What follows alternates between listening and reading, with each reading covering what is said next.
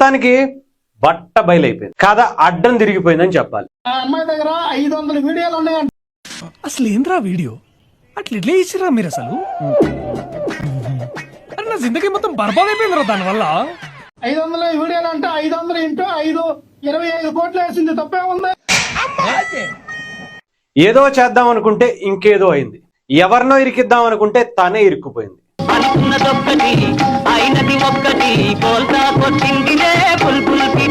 ఇదిగో వీణ పరారీలో ఉన్నట్టుగా తెలుస్తుంది.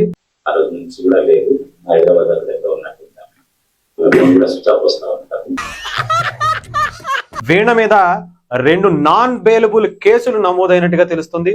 అయిపోయింది, ఇప్పుడు ఏం చేయాలి? తానే తన గోతిలో పడ్డట్టుగా అనిపిస్తుంది. ముందైతే ఆడియో పెట్టండి. శ్రీధర్ గురించి మాట్లాడాలి మేడం మీతో. చెప్పమ్మా. ఈ డైలాగ్ ఎక్కడో ఎన్నట్టుంది.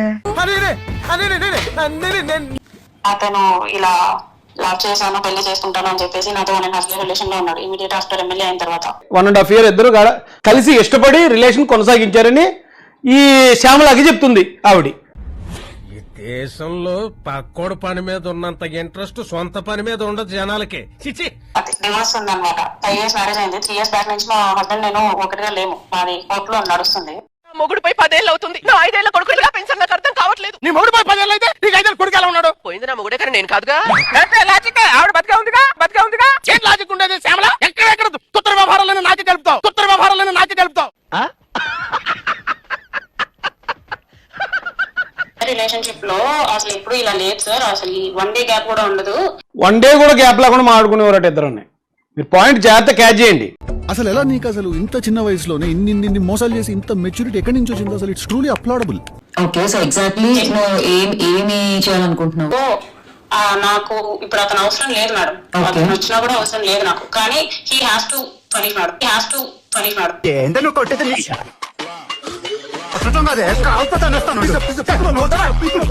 అసలు తనకి ఏదైనా ఇబ్బంది జరిగింది, నష్టం జరిగింది, మోసపోయింది, లేకపోతే ఏదైనా జరిగింది అనుకుందామండి అన్యాయం, ఆవిడ ఎక్కడికి వెళ్ళాలి?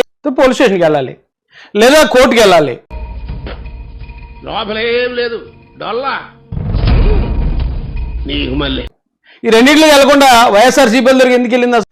ఆవతి ఇటు తిరిగి మళ్ళా నేనేనా అవలాగానైనా ఒక బాధ. వాళ్ళకి ఇప్పుడు చేతిలో అధికారం ఏమైనా ఉందా? వాళ్ళే 11 అడుగులు ఊపుకుంటూ కూర్చున్నారు ఆ పక్కన, రోడ్ల పక్కన. ఏంటో మామ యాదవ జీవితం. వాళ్ళ దగ్గరికి వెళ్తే వాళ్ళే జోగి రాసుకుంటే బూడిద రాలేదని ఈవిడ వెళ్ళి ఆవిడ దగ్గరికి వెళ్ళబెట్టి ఆవిడేదో పెద్ద పంచాయతీ తీర్చేసే తీర్పర్లాగా ఓకేనమ్మా ఆవిడే జడ్జిలో ఫీల్ అవుతుంది శ్యామల గారు. ఊరుకో నేను ఉన్నాను కదా, నేనేదో సాల్వ్ చేస్తాను. చాలా బ్యాడ్ అయిపోయాను ఫ్యామిలీలో. ఎప్పుడు బ్యాడ్ అవడే ఉందండి ఆవిడ మ్యారేజ్ చేసుకోవడానికి, ఆవిడ మోసపోవడానికి ఆవిడేమి పెళ్లి కానీ ఒక ఇంటర్మీడియట్ చదువుకునే లేకపోతే డిగ్రీ చదువుకునే అమ్మాయి కాదు. నేను హస్బెండ్ కాక ముందు ఫాదర్ అయిపోయినా, అట్లుంటది మనతోని. తను గవర్నమెంట్ ఎంప్లాయీ, ఆల్రెడీ పెళ్ళయింది, ఓ పిల్లోడు కూడా ఉన్నాడు. ఇలాంటి దానికి ఆవిడ్ని ఇంకొకరి చేతిలో మోసపోయే పరిస్థితిలో మనం అయితే ఊహించుకోలేము. నేను మోసపోయాను అంటే ఎలా మోసం, అది నాకు అర్థం కాలే. మొదటి దానికి మొగుడు లేడు, కడదానికి కళ్యాణం అని. ఎక్కడ జగన్మోహన్ రెడ్డికి ఎక్కడ అన్యాయం కనిపించింది, ఎక్కడ రేపు కనిపించింది, అభాగ్యురాలు ఎక్కడ కనిపించింది, జగన్ రెడ్డికి ఎక్కడ కనిపించింది, సాక్షి మీడియాకి ఎక్కడ కనిపించింది, టీవీ నైన్కి ఎక్కడ కనిపించింది, నాకైతే కనిపించట్లే. నాకు ఏ వాసన తెలీదు, నేను ఇలా బుక్ అయిపోతాను కల్లో కూడా ఆడుకోలేదు.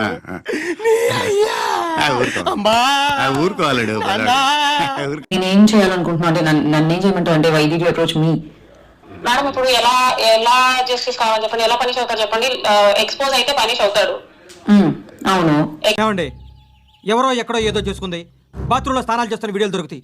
వాటి వల్ల దేశానికి వచ్చే నష్టమే లేదు, వాటిని టీవీ లైట్ వల్ల జనానికి వచ్చే ఉపయోగం కూడా లేదు. బుద్ధున్నాడు ఎవడో టీవీ లైట్ అండి, కానీ మేము వేస్తాం, అదే మా స్పెషాలిటీ. ఇదంతా కూడా కక్షపూరితంగా వైసీపీలతో చేతులు కలిపి చేస్తున్నట్టు కదా ఉంది ఇది.